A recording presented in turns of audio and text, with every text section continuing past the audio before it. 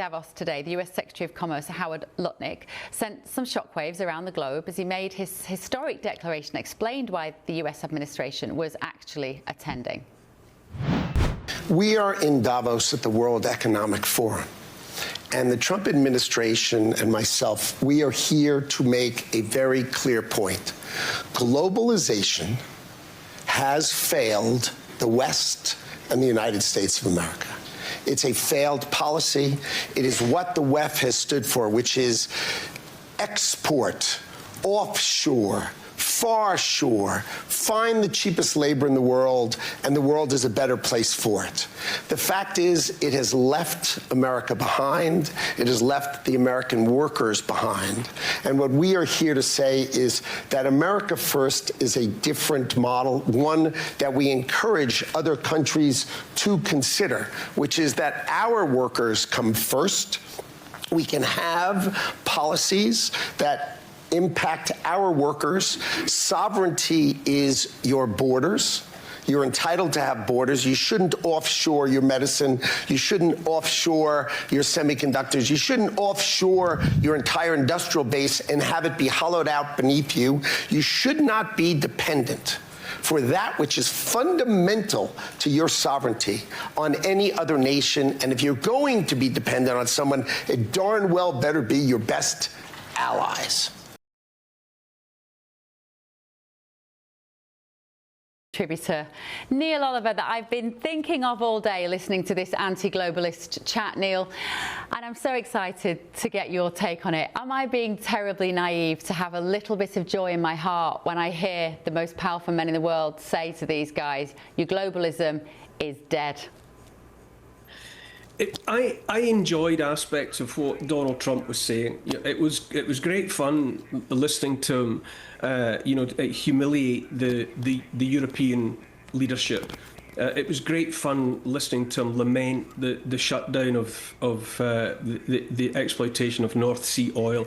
It was great fun listening to him talk about the disaster that has been the net zero policy and all of the rest of it. But when it comes to saying that globalism is dead, it's already done. I think the damage that is to some extent irreversible. In Europe, Europe's been deindustrialized.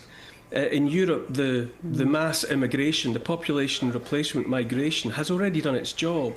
National sovereignty has been compromised. We have given away our skills. We have offshored everything. It has already happened. And I do think to some extent what we were watching today, rather than see it as the end of globalism or globalisation, which it may have been, to some extent you're watching a spat between one set of billionaires, insisting on a realignment to another bunch of billionaires. I think anyone who's thinking that any of this is going to benefit the people of America is far less benefit the people of Europe. That there's suddenly going to be some magical return to national sovereignty and all of the rest of it. I think that's for the birds. Hello, I'm Bev Turner. Now, it can feel like the money in our bank accounts at the moment does not keep up with the cost of living. And maybe there's a solution. I'm here today with the CEO of TallyMoney, Cameron Parry. Cameron, what is TallyMoney? Well, Bev, with TallyMoney, you get a current account and a debit card, but instead of pounds, you use milligrams of gold as your everyday money. So why gold? Gold traditionally is a great store of value. It has, on average, gone up at over 11% per annum for the last 25 years against the pound. It's tripled in value in the last decade. And in the last 2 years alone, it's increased by 50% against the pound. Banks' savings products just can't compete with that level of growth.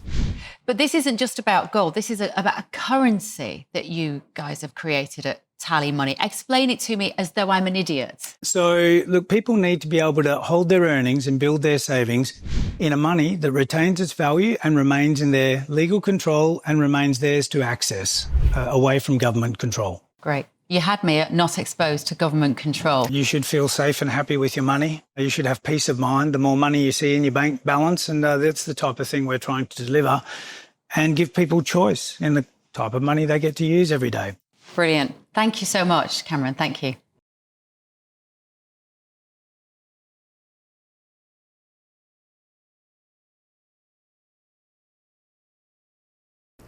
Well, Mark Carney, the masks are off. Mark Carney, actually said it was breathtaking listening to him say that he and his ilk had always known that the rules-based order was a fiction, and that it was always about, the powerful essentially would do whatever they want, and they would set aside international law, if they felt it was convenient and expedient for them to do so.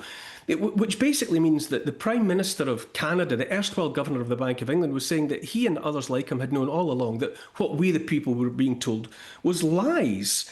And the likes of us that dared to challenge it and say that we thought that we were being lied to about all of that were dismissed as far right and extremist. But I think the masks are off, and I think you judge these people not by what they say but by what they do. And in the case of the most powerful man in the world, Donald Trump, we already see it. He has done what he wanted with Venezuela, and I'm quite sure Venezuela will just be asset stripped. I'm sure people are standing by, be it China or somebody else, to take the oil. There will be a deal there. Whatever it is he said about needing security, needing Greenland for American security and the peace of Europe, I don't buy that for a minute. That's ulterior motives. I'm sure there are people standing by to asset strip Greenland as well. So, the people of Europe, we are now left. We obviously, I live in Europe, I live in Britain. And the people of Europe and the people of Britain are now left. Donald Trump has pretty much made it clear that Europe was some sort of ball and chain that he feels well short of. For all his talk that he's fond of Scotland and he's fond of his ancestry in Germany and all of the rest of it, he's cut Europe adrift. The leaders of Europe had bet the house on holding America's coat while America beat up Russia for them, and then they were expecting to solve all of their economic plans, all their economic woes going forward by being involved in the balkanization of Russia. That hasn't happened. America has had its bottom spanked by Russia, and Trump has now gone off to take Greenland as some sort of consolation prize.